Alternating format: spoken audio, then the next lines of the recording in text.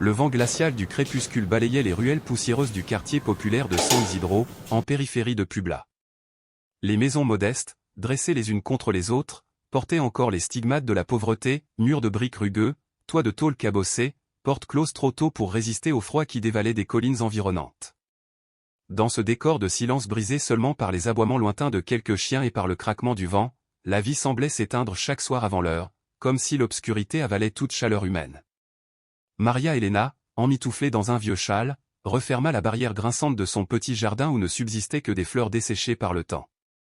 Depuis plus de 20 ans qu'elle avait perdu son mari, elle vivait seule. Ses 3 enfants, 2 fils et une fille, avaient quitté le Mexique pour les États-Unis, cherchant là-bas un avenir plus prometteur. Il l'appelait parfois, tous les 15 jours environ, et lui envoyait de l'argent qu'elle recevait avec gratitude. Mais l'argent, si utile fût-il, ne pouvait remplacer leur présence. Elle soupirait souvent en se disant que ce n'était pas l'absence qui pesait le plus, mais le vide des soirées, le silence des repas pris seuls, le poids d'un cœur qui avait tant donné et qui n'avait plus personne pour battre à l'unisson. Ces dîners ressemblaient à des rites pauvres mais réguliers, une assiette de haricots, un morceau de pain rassis, une tisane de camomille.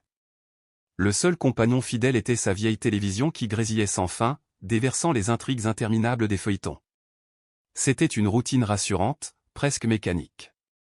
Pourtant, ce soir-là, quelque chose brisa ce cycle monotone. Un bruit ténu, à peine un souffle, la fit tourner la tête vers la rue. Elle n'aurait su dire si c'était un appel ou un simple hasard du vent, mais elle le sentit, plus qu'elle ne l'entendit. Appuyé contre le mur de sa clôture, se tenait un homme. Ses vêtements en lambeaux étaient couverts de poussière, ses pieds nus portaient la trace d'un long chemin de souffrance. Ses cheveux longs et sa barbe fournie dissimulaient son visage, et tout son corps semblait écrasé par une fatigue hors du commun. Il ne dormait pas vraiment, il semblait évanoui, comme suspendu entre la vie et la mort. Le cœur de Maria Elena s'arrêta un instant, secoué par la peur et l'incertitude. Qui pouvait bien être cet inconnu? Elle jeta un regard autour d'elle. Les rues étaient désertes, hormis le murmure lointain d'une radio et le hurlement d'un chien. Elle s'approcha avec prudence. « Monsieur » demanda-t-elle d'une voix hésitante. Pas de réponse. En s'avançant davantage, elle vit que l'homme respirait, mais à peine. « Mon Dieu » murmura-t-elle en ouvrant sa barrière. Ses jambes tremblaient, pourtant ses pas la conduisirent vers lui sans qu'elle puisse les retenir. Elle le saisit par le bras et, malgré sa propre faiblesse, le traîna jusque dans sa cour intérieure. Elle l'allongea sur le banc de ciment sous l'auvent, puis courut chercher une couverture et un verre d'eau. Quand elle revint, l'homme avait ouvert les yeux. Il ne parla pas, il la fixa seulement, de ce regard sombre, intense et profond, où il n'y avait ni supplication ni plainte, seulement une acceptation mystérieuse. Elle resta un instant figée, puis tendit le verre d'eau. « Buvez, ne serait-ce qu'une gorgée. » L'homme but lentement, sans un mot, et ce fut à cet instant qu'elle remarqua ses pieds meurtris, couverts d'ampoules et de plaies. « Qui êtes-vous? Qu'est-ce qui vous est arrivé » demanda-t-elle. Mais au lieu de mots, il ne lui offrit qu'un regard immobile, perçant, presque intemporel. « Je ne peux pas vous laisser ici » murmura-t-elle. « Si le froid ne vous tue pas, les voleurs le feront. » Elle l'aida à entrer et l'installa sur le lit de camp dans son petit salon. Elle soigna ses pieds avec une pommade d'arnica, puis lui servit une soupe instantanée. Il mangea en silence, comme si chaque cuillerée avait la valeur d'un festin sacré. Cette nuit-là, elle ne dormit pas. Depuis la cuisine, elle l'observait, oscillant entre peur, curiosité et une autre émotion qu'elle croyait perdue, la compassion. Le lendemain, l'aube peina à filtrer à travers les stores, mais Maria Elena ouvrit aussitôt les yeux. Elle s'était assoupie sur une chaise, une couverture sur ses épaules, attentive au moindre mouvement de l'étranger. Il n'avait pas bougé, sa respiration profonde emplissait la pièce d'une paix étrange. Elle se leva pour préparer du café. Quand elle se retourna, elle vit qu'il était réveillé, la fixant de ce même regard serein, sans étonnement ni gêne, comme si cet endroit avait toujours été le sien. « Vous vous sentez mieux » demanda-t-elle d'une voix tremblante. L'homme hocha la tête doucement. « Vous ne pouvez pas parler ou vous ne voulez pas » poursuivit-elle. Il la fixa encore, puis prononça enfin, d'une voix basse mais claire, « Merci ». Ce mot la bouleversa. Ce n'était pas une simple gratitude. C'était une reconnaissance infinie, comme si ce mot attendait depuis des siècles pour franchir ses lèvres. « Vous souvenez-vous de votre nom » demanda-t-elle. L'homme secoua la tête. « D'où venez-vous ? Nouvelle négation. Ses yeux ne reflétaient pas la confusion, mais une certitude silencieuse, comme s'il savait parfaitement qui il était, même s'il ne pouvait l'exprimer. Maria Elena soupira, tira une chaise près de lui et lui tendit une tasse de café. Je n'ai pas grand-chose, mais le peu que j'ai, je le partage. C'est ce que ma mère m'a appris. Il accepta la tasse à deux mains, comme un objet sacré. Je m'appelle Maria Elena, dit-elle. Comment puis-je vous appeler? Je n'ai pas de nom, répondit-il calmement. Eh bien, il faut bien vous en donner un. Que diriez-vous de David? L'homme esquissa alors un sourire doux, sincère, le premier. Il acquiesça. David, répéta-t-il. Ce geste simple toucha profondément Maria Elena. Depuis si longtemps, elle n'avait plus connu la chaleur d'une présence humaine dans sa maison que même ce silence partagé lui paraissait un trésor. Pendant le petit déjeuner, David mangea peu, mais chaque bouchée semblait revêtir une importance particulière, comme si la nourriture avait une dimension spirituelle. Elle remarqua que ses mains n'étaient pas aussi abîmées qu'elle le pensait, et que sa peau, marquée par le soleil, gardait une douceur surprenante. « Vous avez de la famille, quelqu'un qui vous cherche ?» osa-t-elle demander. David la regarda longuement, puis répondit d'une voix posée, « On ne me cherche pas », cette phrase énigmatique la troubla, mais elle n'insista pas. Elle sortit une vieille boîte à chaussures remplie de vêtements ayant appartenu à son mari défunt. « Ce n'est pas neuf, mais c'est propre, » dit-elle. Il accepta en silence. Mais en se levant, il boita. Elle s'écria, « Votre jambe. » Qu'est-il arrivé? Une plaie profonde barrait sa chair, sans saigner. Elle prépara un cataplasme d'aloès et de miel, comme sa grand-mère le lui avait appris. Cela va piquer, mais guérir, dit-elle. David ne protesta pas. Il supporta le soin avec une patience impressionnante. Le soir, en vérifiant la blessure, Maria Elena resta sans voix, la plaie avait pratiquement disparu, comme si elle n'avait jamais existé. Elle fit le signe de la croix et, pour la première fois depuis des années, récita un Notre Père avec une foi sincère. Les jours suivants, la maison reprit vie. David se levait tôt, balayait la cour, aidait à porter les provisions, prenait soin du jardin. Il ne parlait que peu, mais chaque mot portait une profondeur qui touchait Maria Elena. Cependant, le quartier ne tarda pas à remarquer sa présence. Les voisins commencèrent à poser des questions. La vieille Sonora Tonita fut la première, « Cet homme, c'est votre cousin. » Non, une connaissance qui avait besoin d'un toit, répondit-elle, gênée. Mais déjà les rumeurs couraient, était-il un vagabond? Un fou? Pourquoi ce regard si particulier? Un matin, le père Matteo, curé de San Juan Bautista, frappa à sa porte. Vêtu de sa soutane noire, il avait le visage grave. « On m'a dit que vous hébergiez un homme étrange, Doña Maria Elena. Voulez-vous que je lui parle? » Elle hésita, puis acquiesça. Dans la cour, David était assis sur un banc, sculptant un petit poisson en bois, symbole ancien du christianisme. Quand leurs regards se croisèrent, le prêtre ressentit un frisson, non pas de peur, mais une impression d'être traversé par une présence plus grande. « Bonjour, mon fils, dit-il. »« Bonjour, » répondit David calmement. « On dit que vous ne vous souvenez pas de qui vous êtes. »« C'est exact. »« Mais croyez-vous en Dieu ?» demanda Matteo. David répondit sans hésiter, « Je le connais. » Le prêtre resta pétrifié. Ce n'était pas une déclaration arrogante, mais une certitude tranquille, lumineuse. David leva les yeux vers le ciel, « Parfois, il n'est pas nécessaire de croire quand on a été avec lui. » Ces mots transpercèrent le prêtre qui sentit sa peau se hérisser. Puis David lui tendit le petit poisson sculpté. Matteo, bouleversé, comprit que cet homme n'était pas un vagabond ordinaire. Il portait un mystère qui dépassait l'entendement. Et dans le silence de cette modeste maison de San Isidro, Maria Elena devinait que l'inconnu qu'elle avait recueilli n'était peut-être pas venu par hasard. Son arrivée marquait le début d'une histoire sacrée, d'un chemin qui allait bouleverser non seulement sa propre vie, mais aussi celle de toute une communauté. Maria Elena était restée appuyée contre l'encadrement de la porte, ses yeux humides et pleins de trouble, observant la scène entre le prêtre Matteo et l'inconnu qu'elle avait accueilli. Quand le religieux s'en alla, après avoir offert à David quelques mots empreints de sollicitude, elle se laissa tomber sur la chaise de bois bancale à côté de lui. Avec une pointe d'humour mal assurée, elle murmura, la voix un peu tremblante, « Vous ne lui avez pas vraiment fait bonne impression, vous savez. » David leva vers elle ses yeux calmes, clairs comme une eau immobile, et répondit d'une voix douce mais ferme, « Je ne suis pas venu pour plaire. » Ces mots résonnèrent en elle comme une énigme, à la fois déconcertant et apaisant. Cet après-midi-là, 2 adolescents passèrent devant la petite maison au mur décrépit. L'un cracha par terre et, en jetant un regard méprisant vers la cour, lança à voix basse, « Ce fou qui vit avec la vieille, il doit sûrement pratiquer la sorcellerie. » Maria Elena entendit distinctement ces paroles. Elle sentit une douleur lui traverser le cœur, non pas pour elle, habituée depuis longtemps aux médisances du voisinage, mais pour cet homme mystérieux qui partageait désormais son toit. Le soir venu, alors qu'elle préparait la table et que la lampe à pétrole diffusait une lumière vacillante, elle aperçut David assis dehors, sous le vieux réverbère qui grinçait dans le vent. Il avait les mains jointes, la tête légèrement penchée comme en prière. Elle s'approcha timidement et osa demander, « Cela ne vous blesse-t-il pas, qu'on parle ainsi de vous ?» Il leva doucement les yeux, et répondit avec un sourire empreint de compassion, « J'ai de la peine pour eux. Ils ne savent pas ce qu'ils font. » Ces paroles simples frappèrent Maria Elena comme un éclair. Personne n'avait jamais répondu ainsi à l'injustice, sans colère, sans rancune, seulement avec une tendresse désarmante.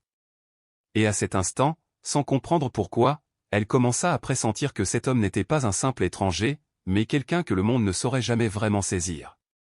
Le samedi suivant, le marché de San Isidro vibrait de son tumulte habituel. Les cris des vendeurs se mêlaient aux rires des enfants, le cliquetis des pièces tintait comme une mélodie métallique, et les parfums de tamal chaud, de coriandre fraîche et de mangue bien mûre enveloppaient la place dans une danse enivrante. Maria Elena avançait parmi la foule, son châle serré contre elle, un panier au bras. À ses côtés, David marchait avec lenteur, ses yeux parcourant chaque détail avec une curiosité émerveillée, comme si chaque étal, chaque visage, chaque geste recelait un mystère à contempler. « C'est ici qu'on trouve le meilleur fromage du quartier, » dit-elle à mi-voix, un sourire discret aux lèvres. « Mais surtout, ne parlez pas trop, je n'aime pas attirer l'attention. » David hocha la tête. De toute façon, il parlait rarement. Son silence n'était pas lourd, il avait la qualité apaisante d'une source qui coule, discrète mais présente. Alors qu'elle négociait le prix des légumes avec Don Choui, un petit garçon surgit en courant, échappant à sa mère qui criait derrière lui, « Tonito, ne cours pas, mon amour, tu vas tomber. » Comme si les mots étaient prophétiques, l'enfant trébucha et s'effondra juste aux pieds de David. Mais il ne pleura pas. Il leva vers lui ses grands yeux noirs, remplis d'une innocence désarmante. Maria Elena remarqua aussitôt que ses jambes étaient tordues, déformées par une malformation congénitale. Pourtant, malgré son handicap, il avait couru avec une énergie farouche, comme si la vie en lui refusait de se laisser enfermer. David se pencha, posa délicatement sa main sur la jambe fragile du garçon et demanda, « Est-ce que tu as mal ?»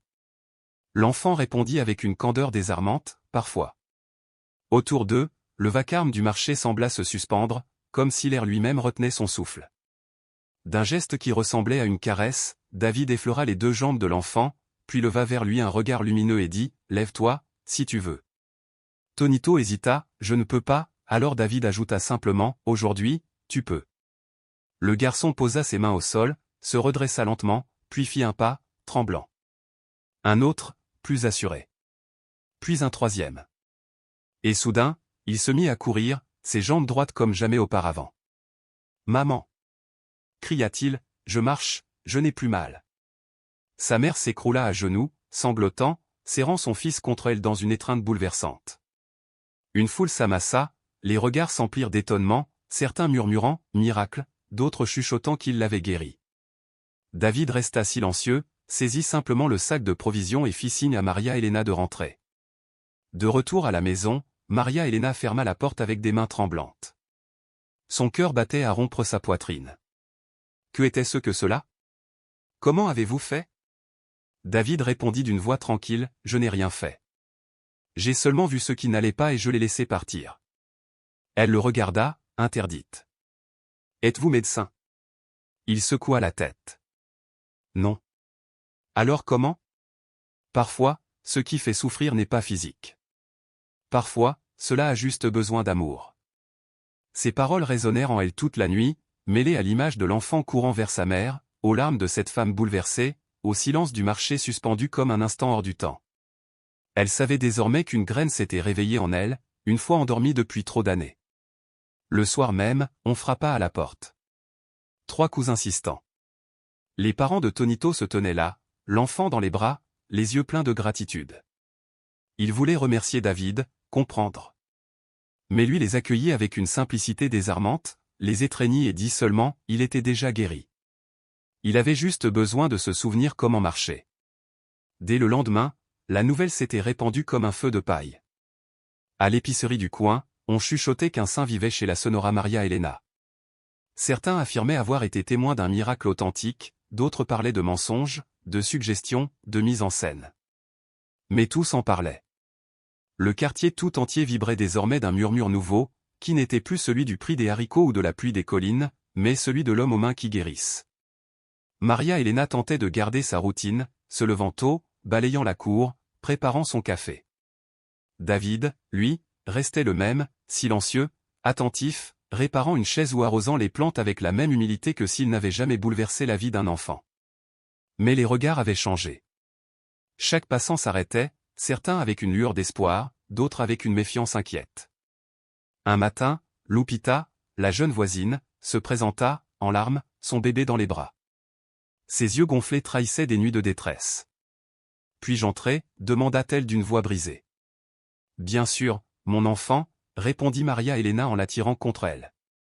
Entre deux sanglots, la jeune femme avoua, « Le père de mon fils m'a abandonné. Ma propre mère ne veut plus de moi. Je n'ai pas de travail, je n'ai rien. Je veux mourir. » Maria Elena, bouleversée, la serra dans ses bras puis l'introduisit dans le petit salon. David était assis là, occupé à réparer une chaise branlante. Elle dit simplement, « Voici David. » Lupita leva les yeux, méfiante, mais en croisant son regard, son expression s'adoucit. Il s'approcha, effleura doucement la joue du bébé et demanda, « Ton fils va bien. Et toi aussi, tu peux aller mieux. » Alors, la digue se rompit. La jeune mère éclata en sanglots, s'agenouilla au sol, le cœur ouvert comme jamais. « Pourquoi est-ce que je me sens si vide » sanglotait-elle. « Je n'ai personne. » David s'accroupit devant elle, posa sa main sur son épaule et répondit, « Tu as tout. » Mais la peur t'empêche de le voir. À ces mots, Lupita ferma les yeux. Une paix étrange, profonde, s'installa sur son visage. Lorsqu'elle les rouvrit, ses larmes s'étaient taries. Elle embrassa tendrement le front de son fils et murmura, « Merci. » Ce même après-midi, elle resta pour aider Maria Elena, elle fit la vaisselle, balaya la cour, cuisina du riz parfumé. Maria Elena, émerveillée, la regardait comme si un poids invisible avait été levé de ses épaules. À mesure que les jours passaient, les histoires se multipliaient. Un enfant retrouvé capable de marcher, une jeune mère arrachée au désespoir, des rumeurs qui couraient dans les rues comme un feu sacré. Et Maria Elena, chaque soir, lorsqu'elle observait David assis dans le halo tremblant du réverbère, comprenait un peu plus qu'elle abritait sous son toit un mystère plus grand que tout ce qu'elle avait cru possible. Lupita leva timidement les yeux, un sourire fragile au coin des lèvres. « Je ne sais pas ce qui s'est passé » confia-t-elle d'une voix encore vibrante d'étonnement. « Tout ce que je sais, c'est que je n'ai plus peur. Et cette paix, Donia, je ne l'avais pas ressentie depuis mon enfance. » Ces mots flottaient dans l'air comme une confidence arrachée aux ténèbres. Le soir tombait doucement sur la petite maison de Maria Elena. Dans la cour, David s'était assis, le regard tourné vers l'infini d'un ciel constellé. Maria Elena s'approcha, tenant entre ses mains un maté brûlant qu'elle posa avec douceur sur la table. « Je ne comprends pas comment vous faites, mais vous le faites » murmura-t-elle presque avec crainte. David secoua la tête, ses yeux fixés sur les étoiles. « Ce n'est pas moi » répondit-il simplement. « Alors qui » osa-t-elle demander.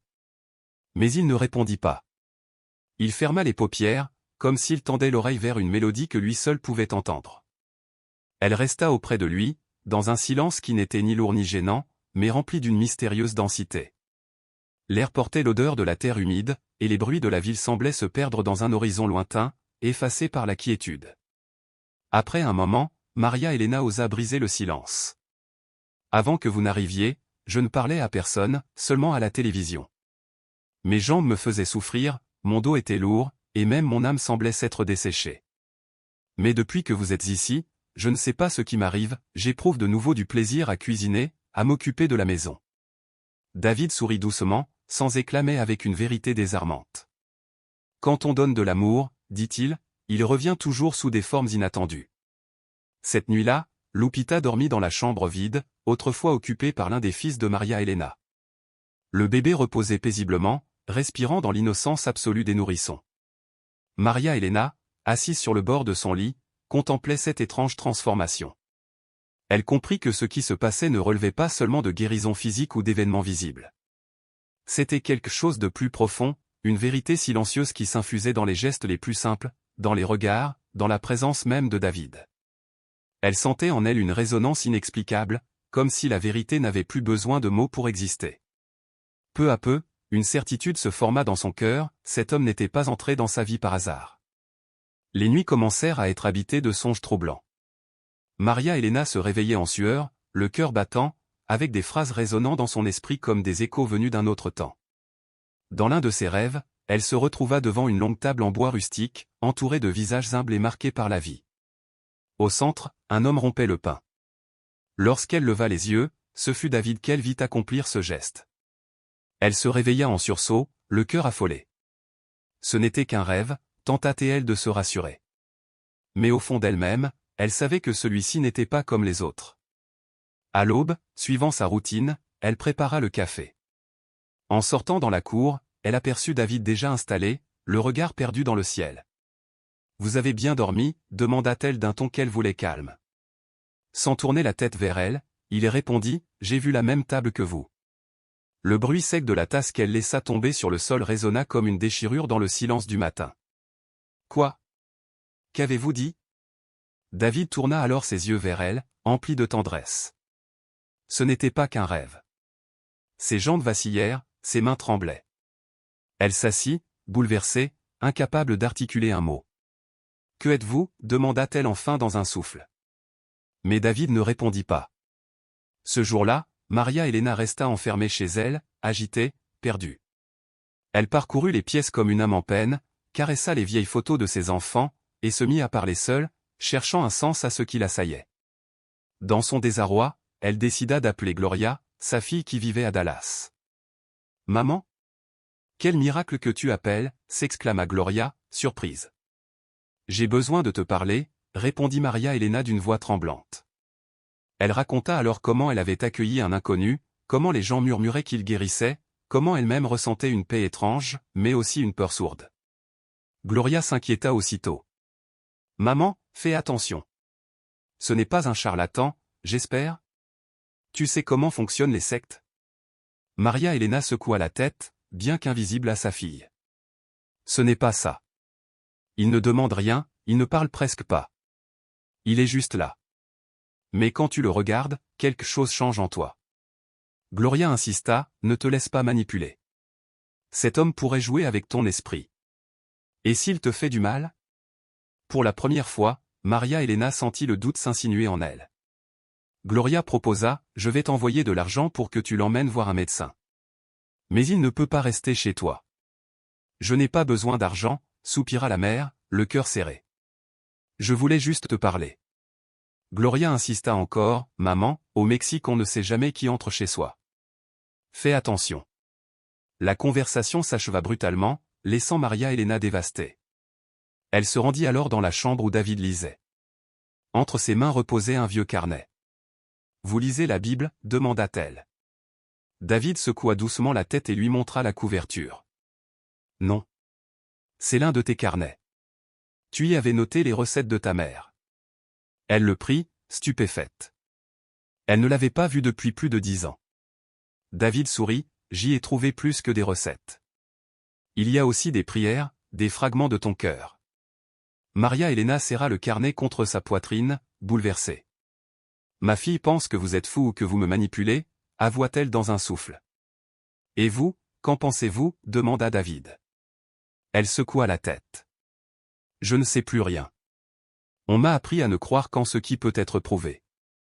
Mais avec vous, tout est différent. » Alors, il prit doucement sa main. « La foi ne se raisonne pas, » dit-il avec une infinie douceur. Elle se vit. Cette nuit-là, un autre rêve la visita. Elle se vit dans un champ de blé immense, baigné de soleil. Le vent caressait les épis dorés, et une voix résonna, « N'aie pas peur, je suis avec toi. » Elle se réveilla en larmes, tomba à genoux près de son lit, et pour la première fois depuis des décennies, parla à Dieu comme à un ami proche, réel et présent. Elle comprit que, loin de perdre la raison, elle commençait peut-être à la retrouver. Pendant ce temps, le père Matteo, lui aussi, passait des nuits agitées. Depuis sa rencontre avec David, ses prières et ses lectures de l'Évangile n'apaisaient plus son esprit. Une inquiétude brûlait en lui, non pas une peur, mais un doute qui effleurait sa foi comme une flamme trop vive qui menace de consumer. Le 3e jour, il prit la décision de revenir. Dona Maria Elena la salua-t-il solennellement. Puis-je lui parler seul?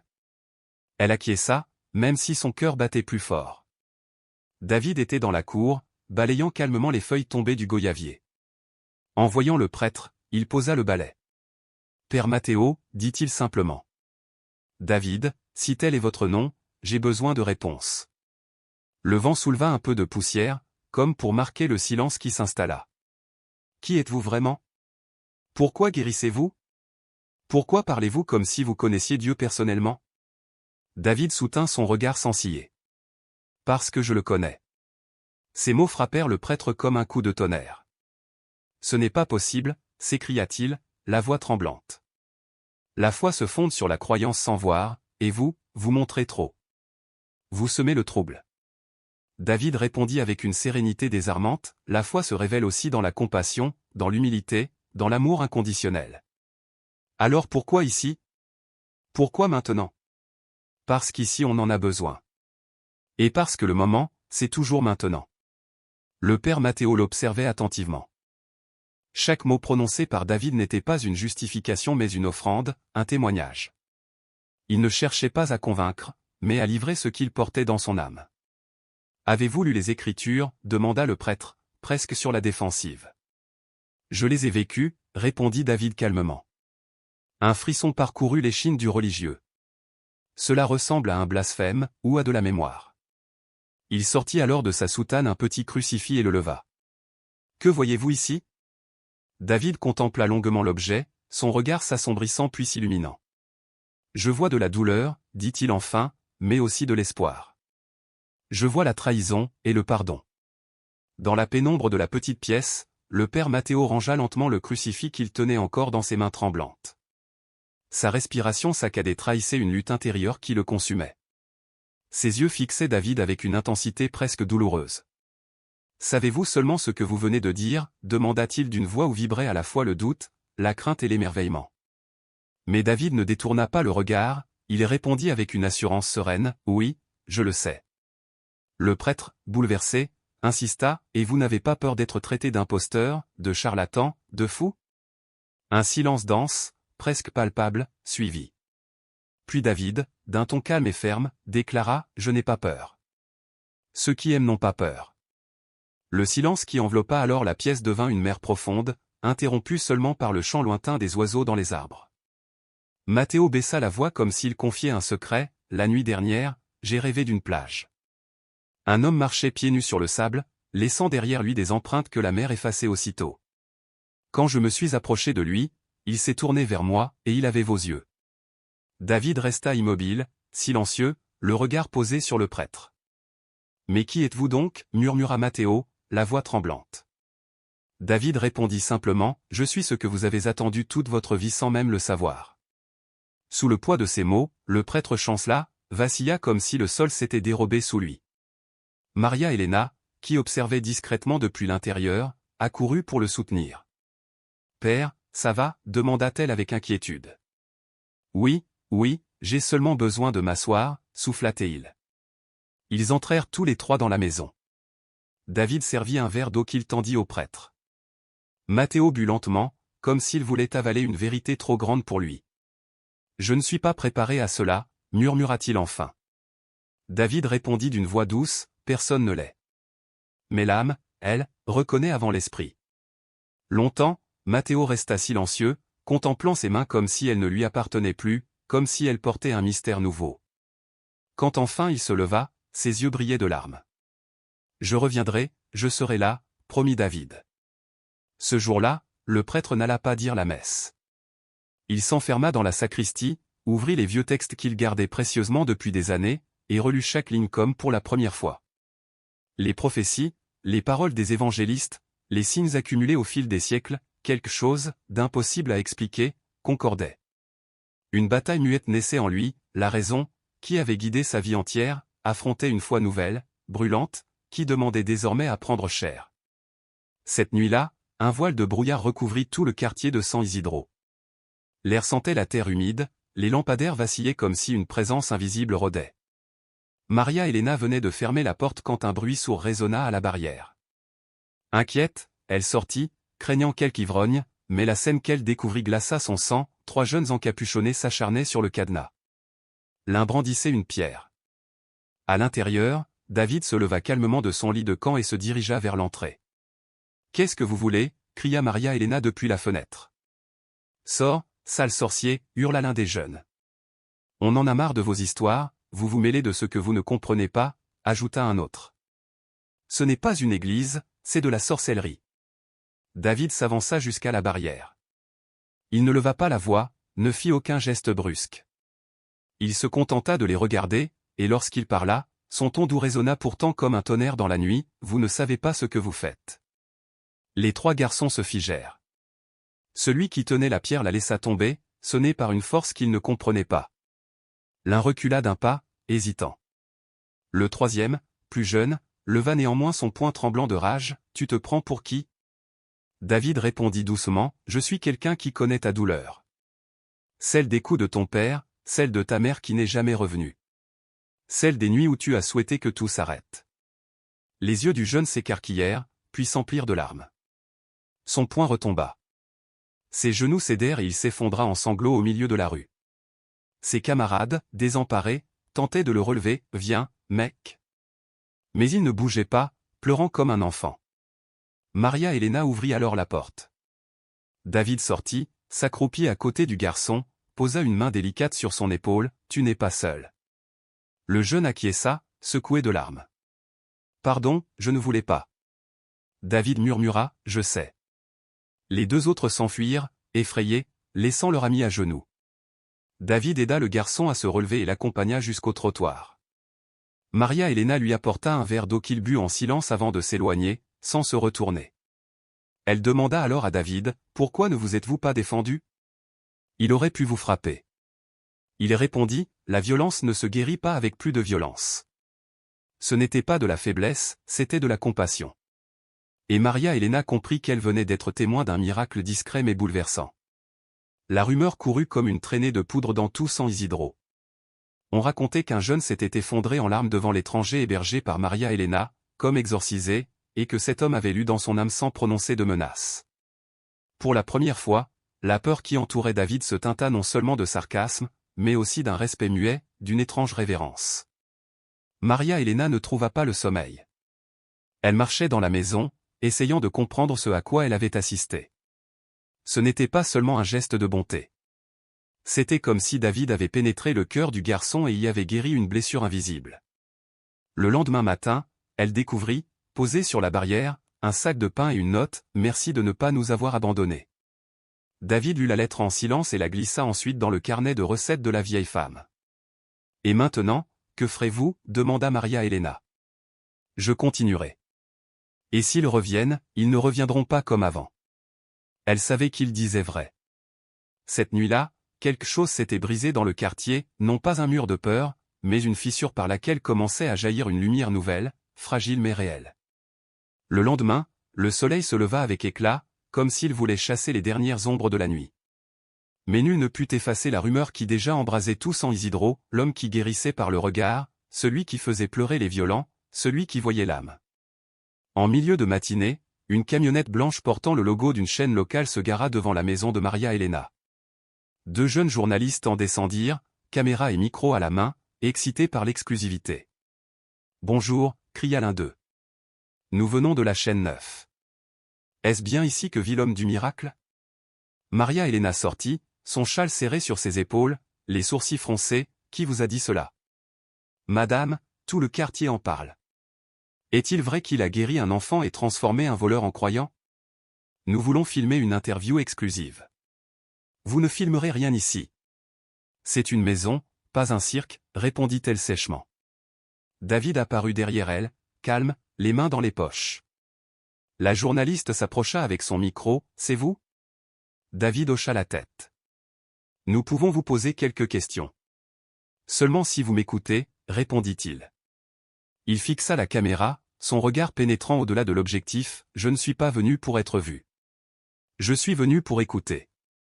Écouter quoi? Demanda la journaliste intriguée. David répondit, la douleur que les gens cachent. Ce qui ne se dit ni dans les rues, ni dans les églises. Ce que l'on tait par honte, par peur ou par habitude. Alors vous vous considérez comme un guérisseur? Un élu? Je ne suis pas important, coupa-t-il. Ce qui compte, c'est ce que chacun porte en lui sans savoir comment le libérer. Mais vous avez fait des miracles, insista la journaliste. Non, répondit David. J'ai seulement rappelé aux gens qu'ils ont de la valeur, qu'ils méritent d'être aimés, que le pardon n'est pas une récompense lointaine mais une décision quotidienne. Un silence impressionnant tomba. Même la journaliste, d'habitude habile à piéger les mots, resta figée, troublée par une évidence qui dépassait ses notes et ses questions préparées. La caméra continuait de tourner, captant dans la lumière du matin non pas un spectacle, mais un témoignage vivant, qui allait bientôt bouleverser bien au-delà des ruelles de San Isidro. Dans le silence chargé de tension, David poursuivait son discours.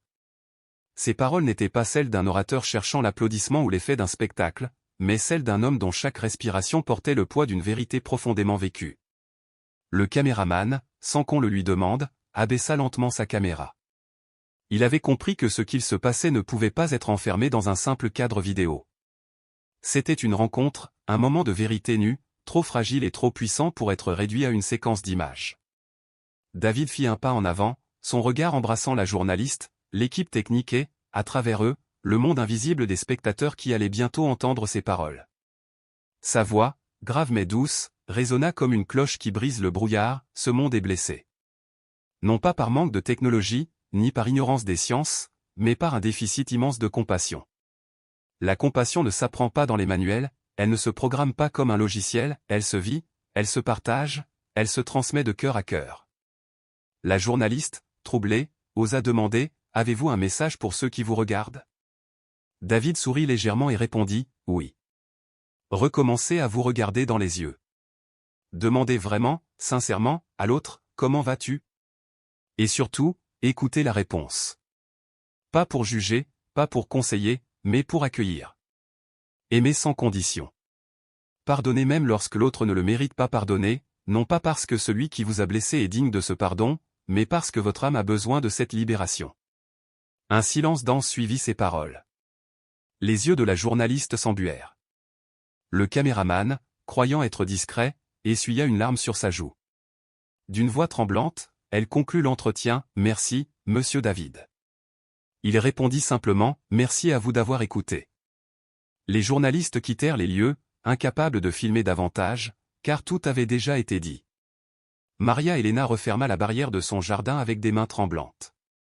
Elle fixait David avec inquiétude, « Pourquoi avez-vous fait cela? Vous n'avez pas peur d'être reconnu davantage, d'attirer encore plus d'attention ?» David répondit calmement, « Je ne suis pas venu me cacher. Mais je ne suis pas venu non plus pour devenir célèbre. » Le lendemain, la vidéo fit son apparition sur les réseaux sociaux. Aucune musique de fond, aucune édition spectaculaire, aucun effet visuel.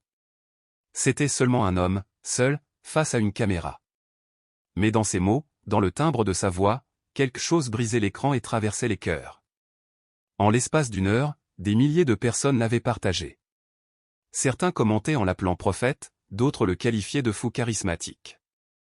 Mais la majorité écrivait des phrases simples, sincères, « J'avais besoin d'entendre cela aujourd'hui.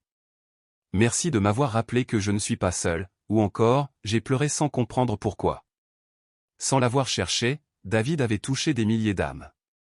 Non pas par des promesses spectaculaires, ni par une mise en scène, mais par la simple vérité nue. Cette nuit-là, Maria Elena regarda la vidéo et, en la revoyant, comprit que sa maison n'était plus seulement son foyer. Elle était devenue quelque chose de plus grand, un refuge, un lieu où l'espérance avait trouvé demeure. Mais le lendemain matin, elle se réveilla avec une sensation étrange. Dans sa poitrine pesait une douleur sourde, pas insupportable mais persistante, comme si quelque chose en elle avait changé de place. Assise sur son lit, elle respirait avec peine. « Ce doit être l'air froid », murmura-t-elle pour se rassurer. Elle essaya de se lever, mais ses jambes tremblaient. Elle dut s'appuyer au mur pour marcher jusqu'à la cuisine, où elle se prépara une tisane. David entra quelques minutes plus tard. Son visage gardait la sérénité habituelle, mais ses yeux exprimaient une alerte douce. « Tu as l'air pâle, dit-il. » Elle répondit, « Je suis simplement fatigué, je n'ai pas bien dormi. » Il s'approcha, lui prit la main et ferma les yeux, comme s'il écoutait non pas son pouls avec ses doigts, mais le battement de son âme. Puis il la regarda avec une tendresse infinie, « Repose-toi aujourd'hui. Ne fais rien. » Elle protesta faiblement, « Je n'aime pas rester couchée, je me sens inutile. » David répondit doucement, « Parfois, il y a de la sagesse à rester immobile. » Elle céda à contre-cœur et s'allongea sur le canapé, tandis que Lupita s'occupait de l'enfant dans la cour. La journée passa avec une lenteur étrange, comme si le soleil refusait de traverser le ciel. Dans l'après-midi, David lui apporta une tasse de bouillon chaud. Elle l'accepta, mais sa respiration devenait de plus en plus courte. Pourtant, malgré la douleur, elle sourit, quelle ironie. Juste au moment où ma maison se remplit de vie, mon corps semble vouloir s'éteindre. David secoua la tête, ton corps ne s'éteint pas. Il se transforme. Elle le fixa avec intensité, vous le saviez déjà? Oui, murmura-t-il. Et vous ne pouvez rien faire? Il serra sa main et répondit avec gravité, j'ai déjà fait. Je suis ici. Ses yeux se remplirent de larmes, mais ce n'étaient pas des larmes de peur ni de tristesse, c'étaient des larmes de compréhension. À cet instant, elle sentit que toutes ses questions trouvaient réponse sans qu'aucun mot supplémentaire ne soit nécessaire. J'ai eu une belle vie, dit-elle dans un souffle, même si, longtemps, je n'en ai pas eu conscience. Et elle n'est pas encore terminée. La nuit venue, Maria Elena tomba dans un sommeil profond. Elle rêva qu'elle marchait dans un champ immense de coquelicots.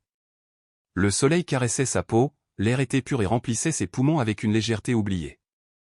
Au loin, une silhouette l'attendait. Elle souriait, sans prononcer un mot, mais ses yeux disaient tout. Le troisième jour, elle se réveilla sans douleur. Elle se leva, marcha dans la maison, prépara même le déjeuner. L'hôpital la vit passer avec étonnement, comme si elle revenait d'un long exil.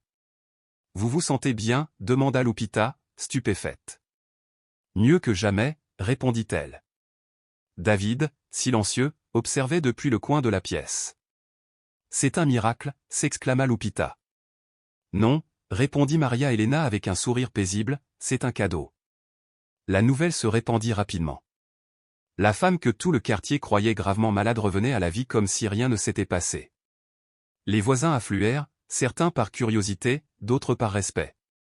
Elle les reçut avec du café chaud, des pains sucrés et des sourires lumineux. La vie est fragile, mais elle est sage, leur confia-t-elle. Parfois, il faut se briser pour découvrir sa vraie valeur. Un soir, en contemplant le coucher du soleil, elle prit la main de David et demanda, « Combien de temps allez-vous rester ?» Il répondit, « Le temps nécessaire. »« Et quand vous partirez, que deviendrons-nous » Il posa son regard sur elle et dit, « Ce que nous avons semé grandit déjà. » Il suffit de veiller à ce que cela ne se fane pas, dans son cœur, elle sut alors que le séjour de David touchait bientôt à sa fin. Mais au lieu de ressentir de la peur, elle éprouva une gratitude profonde. Car désormais, elle savait qu'il existe une vérité au-delà de la douleur, et que même au cœur de la maladie, l'espérance pouvait éclore. Le père Matteo, bouleversé par ces événements, passa les jours suivants enfermé dans son bureau, plongé dans les Écritures avec une intensité qu'il n'avait plus connue depuis le séminaire. Les textes sacrés ne lui semblaient plus des lignes mortes imprimées sur du papier, mais des signes vivants. Chaque parabole, chaque passage prenait un nouveau sens à la lumière de ce qu'il avait vu et entendu auprès de David. Mais il savait aussi que la foi, isolée, se fragilise et se transforme en doute. Alors Matteo décida d'ouvrir les portes. Il convoqua 2 prêtres du doyenné, un pasteur évangélique et un théologien laïque de l'université. Tous acceptèrent, mus par la curiosité, le scepticisme ou l'espérance. L'après-midi choisi était doux. Dans le salon modeste de Maria Elena, qui avait disposé les chaises avec nervosité, se retrouvèrent 5 hommes de foi face à un homme qui n'avait jamais revendiqué ce titre, mais dont la présence rayonnait plus que n'importe quel sermon. Matteo prit la parole, « David, ces personnes sont venues vous écouter. Non pour vous juger, même si peut-être cela viendra aussi. » David inclina la tête avec calme, « Soyez les bienvenus. » Le pasteur parla le premier, « On nous dit que vous accomplissez des miracles, mais vous ne citez jamais les Écritures. Sur quoi fondez-vous donc votre message ?» David répondit simplement, sur l'amour. Et d'où vient cet amour, demanda le prêtre le plus jeune. Du même lieu d'où viennent vos écritures, du cœur du Créateur. Un silence s'installa. Un autre osa demander, vous considérez-vous comme un envoyé? David secoua doucement la tête, je ne suis pas venu avec un titre. Je suis venu avec un but. Le théologien prit alors la parole, croyez-vous que Dieu puisse encore se manifester en chair, aujourd'hui, en ce siècle? David le regarda avec une intensité tranquille, et pourquoi pas? Est-ce que Dieu serait soumis au calendrier des hommes? Le silence, lourd et vibrant, retomba sur la pièce. David prit une feuille de papier, traça un cercle au crayon et dit, voici la vie. Tout le monde tourne autour de ce centre, cherchant à comprendre. Certains se perdent en périphérie, d'autres parviennent au cœur. Mais le centre, lui, ne change jamais. Et dans cette pièce modeste, chacun comprit que les réponses ne venaient pas d'arguments brillants ni de doctrines savantes, mais de ce mystère lumineux, l'amour, inépuisable et immuable, qui demeure au centre de toute vie. Et que représente ce centre, demanda Matthéo d'une voix grave, comme si, à travers cette question, il cherchait à atteindre le cœur même de l'existence. La vérité, l'amour éternel, Dieu, voilà ce que chacun pressentait confusément. Maria Helena, depuis la cuisine, observait la scène en silence. Elle n'avait jamais vu autant d'hommes instruits, de sages et de religieux rester muets en même temps. Non pas par manque d'arguments, non pas parce qu'ils étaient incapables de répondre, mais parce que quelque chose, dans ce qu'ils entendaient, pénétrait plus profond que leur certitude, désarmait leur défense intérieure et fissurait leurs structures les plus solides. Alors, le prêtre le plus âgé, la voix tremblante comme chargée du poids de toute une vie de croyance et de doute, osa poser la question que chacun gardait en lui, avez-vous peur de mourir? David, sans hésiter, répondit avec un calme désarmant, non. Parce que je n'ai jamais cessé de vivre. Ces mots simples portaient une force déconcertante, comme si la mort elle-même avait perdu son pouvoir devant cette certitude. Le pasteur, bras croisés, le fixa avec méfiance, presque irrité par cette tranquillité. Pourquoi ne dites-vous jamais votre nom complet, demanda-t-il, presque pour le piéger. David répondit avec douceur, parce que cela ne changerait rien. Le nom n'a pas d'importance. Ce qui compte, c'est ce qui est semé. Le théologien, inspirant profondément, osa alors, donnez-nous une parabole. Une qui n'est pas écrite, une qui vienne de vous. David ferma les yeux un instant, comme pour laisser monter des profondeurs ce qui devait être dit, puis parla d'une voix claire. Un homme a semé une fleur au milieu du désert. Tous lui dirent qu'elle mourrait, qu'il n'y avait pas d'eau, que c'était inutile. Mais lui, chaque jour, l'arrosait de ses larmes. Et un jour, la fleur a fleuri. Non pas parce que le désert avait changé, mais parce qu'il n'avait jamais cessé de croire qu'elle pouvait éclore. Un silence intense tomba dans la pièce. Aucun des visiteurs ne trouva de réponse. Ils savaient que ces paroles touchaient un lieu où ni la logique, ni les arguments, ni les doctrines ne pouvaient entrer. David les regardait un à un, non pas avec supériorité ni jugement, mais avec la compassion profonde de celui qui a vu au-delà du voile et qui revient partager un éclat de cette lumière. « Merci d'être venu, dit-il simplement. Vous n'avez pas à croire en moi. Croyez seulement en ce qui s'éveille en vous quand vous entendez ces paroles. » Un par un, les visiteurs se retirèrent, chacun le visage marqué, transformé. Certains gardaient les yeux baissés, d'autres semblaient songeurs, ébranlés dans leur certitude. Matthéo fut le dernier à rester. Il s'approcha et demanda, la voix presque brisée, « David, si ce que je pense est vrai, pourquoi avez-vous choisi cet endroit ?»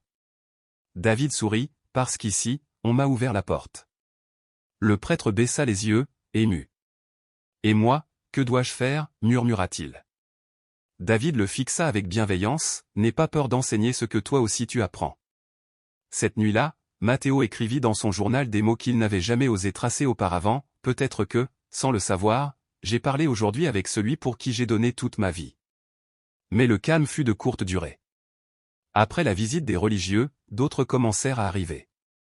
Des hommes et des femmes venus de quartiers voisins, certains cherchant la guérison, d'autres des réponses, beaucoup simplement désireux d'apercevoir celui dont la présence semblait suffire. Et avec la foule, vint aussi la peur.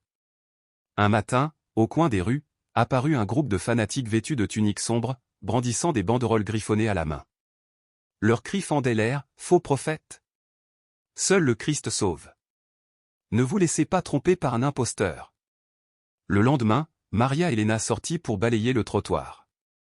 Son cœur se glaça lorsqu'elle découvrit, peint en lettres rouges sur le mur de sa maison, Antéchrist, par d'ici. Tremblante, elle rentra en courant. David, ils nous ont marqués. Souffla-t-elle. Il la regarda avec une sérénité impossible. L'amour dérange toujours la haine. Mais n'aie pas peur. Lupita, le bébé dans les bras, regardait par la fenêtre. Et s'ils entrent? Et s'ils cherchent la violence? David répondit calmement, alors ils ne la trouveront pas ici. Cet après-midi-là, un groupe d'hommes se rassembla devant la maison. Ils criaient, insultaient, lançaient de petites pierres contre la barrière. Maria Elena, paniquée, ferma les rideaux. Ne sors pas, je t'en prie, supplia-t-elle. Ce n'est pas juste, ce n'est pas bien. Mais David se leva, marcha vers la porte et déclara, je vais leur parler. Ils ne te feront pas de mal. Ils sont déjà blessés. Ils l'expriment juste comme ils le savent. Lorsqu'il ouvrit la porte et se tint devant eux, les cris cessèrent instantanément, comme si le silence lui-même s'était imposé. D'une voix ferme, il dit, je ne suis pas venu pour imposer quoi que ce soit. Je suis venu pour aimer. Si cela vous dérange, je partirai. Un homme âgé fit un pas en avant, et tu te prends pour qui? Un nouveau Messie? David répondit, peu importe qui je suis. Ce qui importe, c'est ce que vous ressentez quand vous m'écoutez. Si cela vous dérange, c'est que cela touche une blessure encore ouverte en vous. Un silence pesant suivit. Puis une femme, au fond de la foule, cria, c'est une supercherie. Il veut sûrement de l'argent. David ouvrit largement les bras, je n'ai rien. Je ne veux rien. Je suis juste venu vous rappeler que vous pouvez encore pardonner, que vous pouvez encore aimer. Même maintenant. Alors, un enfant sortit de la foule et s'approcha timidement, ma maman pleure toutes les nuits. Est-ce que vous pouvez l'aider? David s'accroupit, posa sa main sur le visage de l'enfant et dit doucement, oui. Mais toi aussi, tu peux l'aider. Écoute-la, serre-la dans tes bras. L'enfant acquiesça. Et, peu à peu, les cris s'éteignirent. Les hommes et les femmes commencèrent à se disperser, certains encore en colère, d'autres confus, mais plus personne ne lança de pierre. Maria Elena sortit alors, les yeux emplis de larmes. Pourquoi avez-vous dit que vous partiriez? David répondit, parce que la graine est déjà plantée. Elle protesta, mais c'est votre maison. Il posa doucement sa main sur son épaule, ça l'a été, et ça le sera toujours. Mais mon chemin continue. Cette nuit-là, David enregistra un message sur le téléphone de Maria Elena. Il n'était pas familier avec la technologie, mais il le fit avec une aisance naturelle. Pour qui est-ce? Demanda-t-elle. Pour tous ceux qui voudront l'écouter quand je ne serai plus là. Elle refusa de penser à ce que cela signifiait et conserva le fichier, décidant de ne l'ouvrir qu'en dernier recours. Le lendemain, le quartier était étrangement silencieux. Les cris avaient cessé, plus personne ne s'approchait, mais l'air semblait chargé d'une présence nouvelle. Les graffitis avaient été effacés par les voisins eux-mêmes. Quelqu'un avait déposé des fleurs sur la barrière, un autre avait laissé une bougie allumée. La peur reculait, mais à sa place naissait une tristesse profonde, comme la certitude que quelque chose de sacré faisait déjà ses adieux. Maria Elena ne parvenait plus à dormir. Elle sentait, sans savoir pourquoi, que la fin était proche. David, lui, restait serein, mais ses yeux avaient pris une profondeur encore plus insondable, comme s'il contemplait déjà l'au-delà. Un matin, poussée par un besoin inexplicable, Maria Elena alluma son téléphone et lança le message que David avait enregistré. L'image était simple, il était assis dans la cour, le soleil éclairant son visage. Si vous voyez ceci, disait-il, c'est que je suis déjà là-bas. Ne pleurez pas. Je ne suis pas parti. Je suis seulement retourné à l'endroit que je n'aurais jamais dû quitter. Il souriait, et ce n'était pas un sourire d'adieu, mais de réconfort. Je veux que vous vous souveniez d'une chose, chacun de vous porte une étincelle du divin. Vous n'avez pas besoin qu'un autre fasse des miracles. Vous n'avez qu'à vous rappeler que vous pouvez en être vous-même. Il fit une pause, son regard semblant traverser l'écran pour atteindre directement le cœur de celui qui regardait. Restez serein. Pardonnez à ceux qui vous ont blessé, même s'ils ne demandent pas pardon. Aimez ceux qui ne vous comprennent pas, même s'ils vous jugent. Aidez, même si personne ne vous remercie. Voilà le vrai miracle. Vivre ainsi, c'est vivre pleinement. Maria Elena pleurait en silence, le téléphone serré contre elle. L'hôpital, à ses côtés, la serra dans ses bras, ne comprenant pas tout, mais sachant que quelque chose de sacré venait de se produire. La foi n'est pas faite pour être comprise, poursuivait David dans la vidéo. Elle est faite pour être vécue. Et si jamais vous doutez, respirez simplement et rappelez-vous ce que vous avez ressenti quand vous m'avez entendu. Parce que ce n'était pas moi.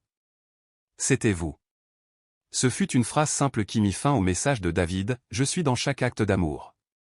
Pourtant, cette simplicité contenait une profondeur insondable, comme si ces mots modestes étaient capables d'ouvrir les cœurs les plus fermés. L'après-midi même, sans qu'aucun appel n'ait été lancé, les voisins commencèrent à affluer. Ils venaient l'un après l'autre, portés par une force mystérieuse, une impulsion invisible qui les guidait comme un souffle commun. Une femme arriva en tenant une bougie qu'elle avait allumée sur son autel domestique, un jeune homme apporta une lettre soigneusement pliée, un autre offrit un pain chaud qui embaumait l'air. Ils ne parlaient presque pas, comme si le silence lui-même était devenu une prière. Maria Elena, dans cette atmosphère empreinte de mystère et de paix, les accueillit avec une douceur qui semblait ne pas venir d'elle seule mais jaillir d'une source intérieure. Elle leur offrit des chaises, servit du café fumant, distribua des paroles empreintes de tendresse. Puis elle alluma un haut-parleur et laissa retentir la voix de David. Les paroles s'élevèrent comme un chant au-dessus du petit patio, et chacun écouta, absorbé, bouleversé. Un par un, les visages se transformèrent, et un par un, les cœurs s'ouvrirent. Un homme réputé pour sa dureté se mit à pleurer à la fin de l'enregistrement, « Personne ne m'avait fait ressentir cela depuis la mort de ma mère », murmura-t-il. Une jeune femme s'approcha à son tour, serrant dans ses bras la petite Lupita, « Merci de ne pas avoir gardé cela pour toi, merci de nous l'avoir partagé. » Le père Matteo arriva un peu plus tard. Son pas était lent, presque méditatif, et il salua chacun des voisins avant de rejoindre Maria Elena qui l'attendait assise près du vieux goyavier. Il demanda doucement, « Il est parti ?» Elle répondit simplement, « Oui. » « Quand » demanda-t-il encore. « Je ne sais pas. » Son lit de camp était vide au lever du jour. Matteo s'assit à ses côtés, sortit un petit carnet qu'il portait toujours dans sa soutane, y griffonna quelques mots, puis les lut à voix haute, « Nous l'avons reconnu au moment de la fraction du pain. » Ainsi qu'il est écrit dans les Écritures, ainsi qu'il l'avait vécu. La nuit tomba et, peu à peu, certains repartirent tandis que d'autres restèrent, comme incapables de se détacher de ce climat nouveau. Dans leur regard brillait quelque chose de changé, ce n'était pas seulement de la tristesse, mais une forme d'abandon confiant, une compréhension secrète. Maria Elena retourna dans la cour, s'assit à la place même où David avait coutume de se reposer, leva les yeux vers le ciel. Et dans la danse lente des nuages, elle crut apercevoir une silhouette lumineuse. Elle ferma les paupières et ne demanda rien, elle se contenta de remercier, car désormais elle savait. Il n'était pas venu pour rester, il était venu pour éveiller. Au matin suivant, le quartier de San Isidro se leva enveloppé d'un silence différent. Ce n'était pas le vide, c'était une plénitude nouvelle, comme si chaque mur, chaque pierre, chaque recoin de maison retenait une respiration. Maria Elena, fidèle à son habitude, se leva avant l'aube. Elle ouvrit la porte de la chambre où David avait dormi, le lit était parfaitement fait, sans un pli. Pas de vêtements, pas d'objets, rien qu'une couverture soigneusement pliée, posée dessus, une feuille manuscrite avec ces simples mots, « J'étais ici ». Pas de signature. Elle tint le billet entre ses doigts tremblants, partagé entre la gratitude et la nostalgie. Elle ne cria pas, elle ne pleura pas, elle respira longuement, laissant le silence la consoler. Depuis la porte, Lupita lui dit, « Il est parti. » L'enfant dormait paisiblement dans ses bras. Maria Elena répondit, « Oui, et il reviendra. » Mais au fond d'elle, elle savait qu'il n'en avait pas besoin. Ce jour-là, le quartier changea d'allure. L'air semblait plus clair, les murs plus lumineux. Le jeune qui autrefois couvrait les façades de graffiti peignit désormais des fresques d'espérance. Doña Tonita, vieille femme solitaire qui passait son temps à se plaindre, prépara du pain qu'elle distribua autour d'elle. Les cris des fanatiques qui autrefois troublaient les rues se turent pour toujours. Le père Matteo, lui, parcourait les maisons, non pour prêcher des sermons, mais pour écouter. Il offrait une oreille attentive, un silence partagé, une présence. Au coin de la rue, là où les jeunes se retrouvaient, quelqu'un avait installé un banc en bois. Gravé au couteau, une phrase brillait, « Celui qui aime demeure ». Maria Elena, de son côté, sentait son corps s'alléger comme si le poids des années s'était envolé. Ce n'était pas le temps qui avait reculé, mais l'âme qui avait cessé de traîner de lourds fardeaux. Un après-midi, tandis qu'elle arrosait les bougainvilliers, elle entendit des pas, c'était Tonito, ce garçon qui autrefois avait été guéri au marché. Dans ses mains, il tenait un cahier. « Madame, j'ai fait un dessin de lui. Je peux vous le laisser ?» demanda-t-il timidement. Elle sourit, « Bien sûr, mon amour, entre. » Le garçon lui montra son dessin, David, représenté de dos, marchait vers un horizon de lumière. Mais il n'était pas seul. Derrière lui, une foule de silhouettes avançait aussi, guidée par sa démarche. « Comment as-tu eu l'idée de dessiner cela ?» demanda-t-elle émue. « C'est ainsi que je l'ai vu dans mon rêve » répondit-il. Maria Elena le serra dans ses bras et accrocha le dessin dans le salon. Chaque objet de la maison semblait désormais transfiguré, les tasses, les livres, le vieux fauteuil, même le goyavier. Tout avait été touché, non pas matériellement, mais spirituellement. Et même si David n'était plus là, sa présence demeurait vivante. Quand une nouvelle voisine venue du nord du pays demanda « Mais qui était ce David dont tout le monde parle ?» Maria Elena répondit sans hésitation « Quelqu'un qui n'a pas besoin d'explication, seulement de présence. » Ces mots résonnèrent et se propagèrent. Des habitants d'autres quartiers vinrent à San Isidro, non pas par curiosité ou par tourisme, mais pour s'asseoir dans cette cour, pour écouter, pour sentir. Quelque chose de plus fort que toutes les doctrines avait été semé là, l'amour incarné. Un jour, un journaliste qui avait diffusé la première vidéo revint avec sa caméra. « On peut vous filmer, madame ?» demanda-t-il. Elle répondit doucement, « Il n'y a rien à filmer. Asseyez-vous simplement un moment. Écoutez. Regardez. Et puis aimez. » Le journaliste posa sa caméra et s'assit. Dans chaque coin du quartier, des signes de transformation apparaissaient. Ils n'étaient pas spectaculaires, mais réels, un père réconcilié avec son fils, deux sœurs qui renouaient le dialogue après des années, un jeune quittant le gang pour enseigner la musique aux enfants. David n'était plus visible, mais ses paroles, son souffle, avaient semé des racines invisibles et indestructibles. Un an passa. Octobre revint, mois des souvenirs. Le ciel de San Isidro s'était couvert de nuages doux, l'air embaumait le pain des morts, les fleurs fraîches et la terre humide. Ce matin-là, Maria Elena s'éteignit paisiblement. Pas de drame, pas de souffrance. Juste une longue expiration comme celle de quelqu'un qui quitte le monde en ayant assez aimé. On la trouva dans son fauteuil, les mains croisées sur la poitrine, un sourire léger aux lèvres. À côté d'elle, son carnet de recettes était ouvert à une page où elle avait écrit, des années plus tôt, « L'important n'est pas combien de temps tu vis, mais combien tu aimes pendant que tu es ici. » La nouvelle se répandit, non comme une tragédie, mais comme une douce cloche, un appel à l'espérance. Les voisins affluèrent, déposant des fleurs, des cierges, du silence. Lupita organisa tout avec fermeté et dignité. Le père Matteo célébra la messe, sa voix tremblante mais forte de foi. « Frère, dit-il, ne pleurons pas une perte. Célébrons une vie transformée par l'amour le plus pur qui ait jamais traversé nos rues. Certains l'appellent miracle, d'autres folie. Mais tous, nous l'avons ressenti, et nous le ressentons encore. » Tonito, l'enfant qui autrefois ne pouvait marcher, lut un poème, « Madame Maria Elena m'a appris que parfois les anges ne volent pas. Ils marchent pieds nus et te regardent dans les yeux sans rien demander. » Les larmes coulèrent, mais elles étaient différentes, elles ne venaient pas du vide, mais de la gratitude. Après l'enterrement, tous se retrouvèrent dans sa maison. Ils allumèrent des bougies, partagèrent des anecdotes, rompirent le pain. Personne ne voulut partir tôt. Dans le salon, le dessin de David par Tonito restait accroché. En dessous, quelqu'un avait écrit une nouvelle phrase, « Ici, l'amour a habité. » Quand tout le monde fut parti, le père Matteo demeura seul dans la cour.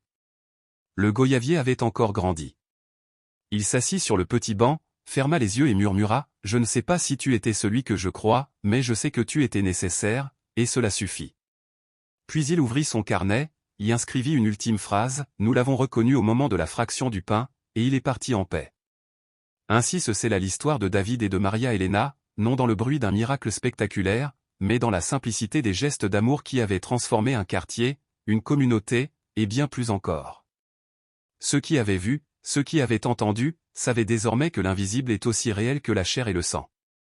Et que, tant qu'il y aura un cœur ouvert pour aimer, David, Maria Elena et leurs messages ne cesseront jamais d'habiter le monde.